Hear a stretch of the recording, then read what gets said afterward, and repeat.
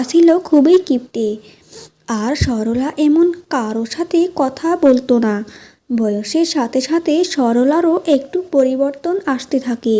সরলা ইচ্ছে করে যে সবার সাথে হেসে খেলে থাকতে। মা, একটা কথা বলার জন্য এসেছি। বলেছিলাম সামনের সোমবারে আমাদের তো বিবাহবার্ষিকী। আমরা চাই এই বিবাহবার্ষিকটা একটু বড় করে করতে, যাতে সবাইকে একটু খাওয়াতে পারি। হ্যাঁ মা, আমিও চাই আমাদের বিবাহবার্ষিকীটা একটু বড় করে করতে চাই মা। তুমি যদি আমাদেরকে অনুমতি দাও তাহলে আমরা আয়োজন শুরু করতে পারি। আচ্ছা ঠিক আছে খোকা, এইবার তোদের বিবাহবার্ষিকী অনেক বড় করে ধুমধাম করে আমি করাবো, বুঝেছিস? আর হ্যাঁ, আমাকে এটা ভাবিস না যে আমি হয়তো এমনি বলছি। আরে এবার গিফটামি আমি আর করব না।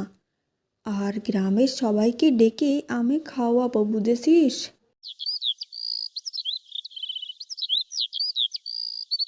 গ্রামের সবাই বিবাহ বার্ষিকীতে এসে সরলার ব্যবহার দেখে অনেক